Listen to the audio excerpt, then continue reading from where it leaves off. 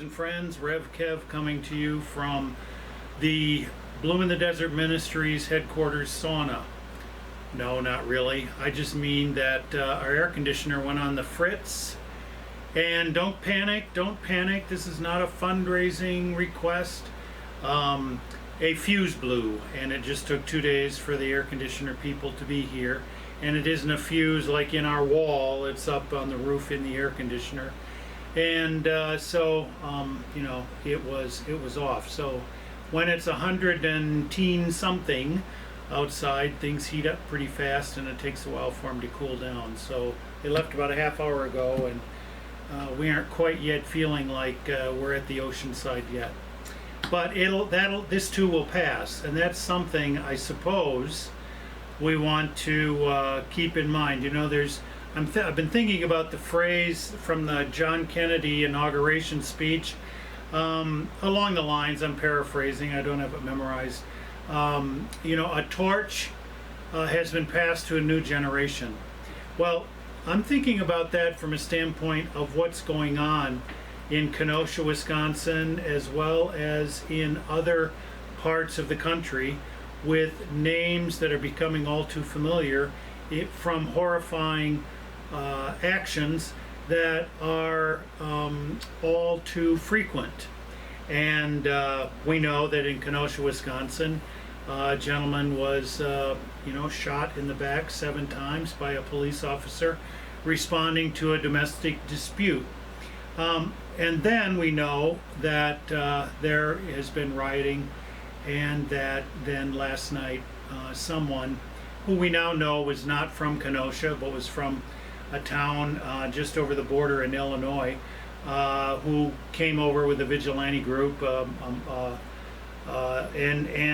was patrolling the streets, and he shot 2 people, killed 2, shot 3 people, killed 2, and wounded 1. This is an astoundingly horrifying situation, and I have to admit it's affected me terribly for the last couple of days, because I know exactly where this is happening, and I could go over the details of, like, this is happening here and I used to be there, because if you remember, I used to live in Kenosha, and Kenosha is where it was my first assignment, my first appointment in the United Methodist Church out of seminary. And I was at the First United Methodist Church of Kenosha, the big building, downtown, the big downtown church. Well, all of this stuff is happening downtown and uptown. Well, guess where my house was? In uptown. So I lived where all these buildings are burned out that you're seeing in the business sector. I live 2 blocks from there. And so all of this for me is horrible. And then I think about my beloved people, my friends, the parishioners, friends I have to this day that still live there. And I've reached out to them to call them, and I can't get a hold of anybody. So I can just send an email or post something on Facebook that says I love them. It is a situation that so many of these things are somebody else happening. It happens somewhere else.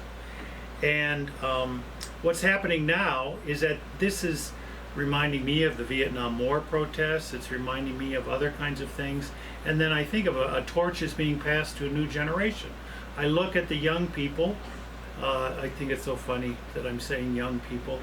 But I look at these people who are young, who are on the front lines of doing this or doing that, whether there are peaceful protesters or hoodlums. I see that it is a new generation. And I wonder, what is it that we did that made it be that this sort of thing would be the case, in which a new generation would have to accept this torch? So then it's a matter of, what can we do in order to begin to not make it be that we can do the work to make it be that torch does not get handed again.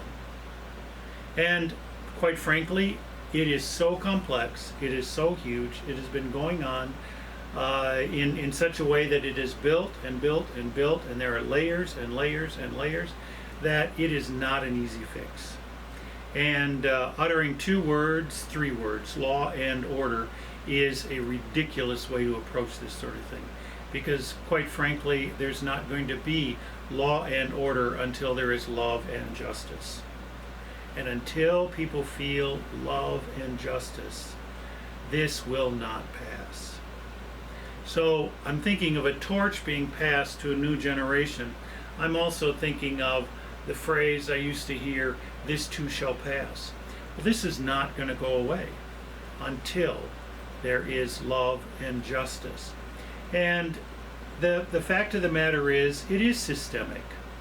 And I could go through all those details, and maybe someday we'll have a Zoom call or a conversation, or feel free to say, let's work out a dialogue. But you know, the aspects of this are just so complex and big and systemic, because it's government and it's family and it's our own histories, and it's what we got taught in school or what we didn't get taught, and it's our church, what churches say about things. All of those aspects are a part of what's going on. It's what we see on TV. You know, it's all of these things are functioning here. So what can we do now? Well, of course we can pray. Of course we can look to one another with love in our hearts.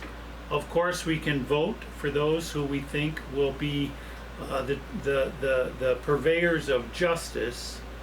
And we can work in such a way that we are trying not to have that torch passed again. You know, we're going to have the book study that John Miller and Jack McClelland are leading on how to be an anti-racist. That's a beginning. It's not the ultimate solution, but it's a beginning. You know, it's a beginning, because there's a lot of other stuff that has to happen too. And part of it is also that we got to be really careful with blaming individuals. We can lay responsibility on systems, and there may be people who are aggravating systems, but we can't blame victims. And in some cases, I'm having a hard time blaming perpetrators, because they're being facilitated by the system. They're being like egged on. That's my take on this. I am sad that the torch has been passed to a new generation, and I am concerned that this too will not pass anytime too soon.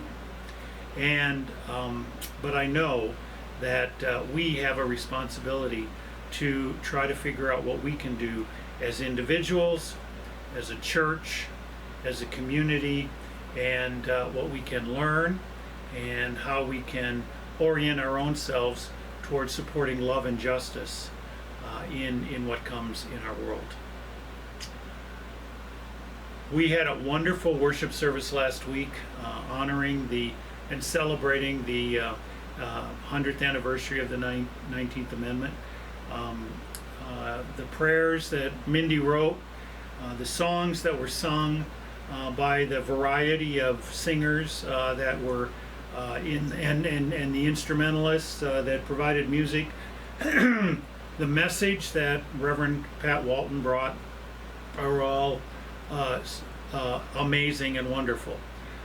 And so I highly recommend that if you did not see this on Sunday, that you go to our YouTube channel, Bloom in the Desert Ministries UCC, on YouTube, and you watch this service. If you want to fast forward and just see Reverend Pat's message, do that.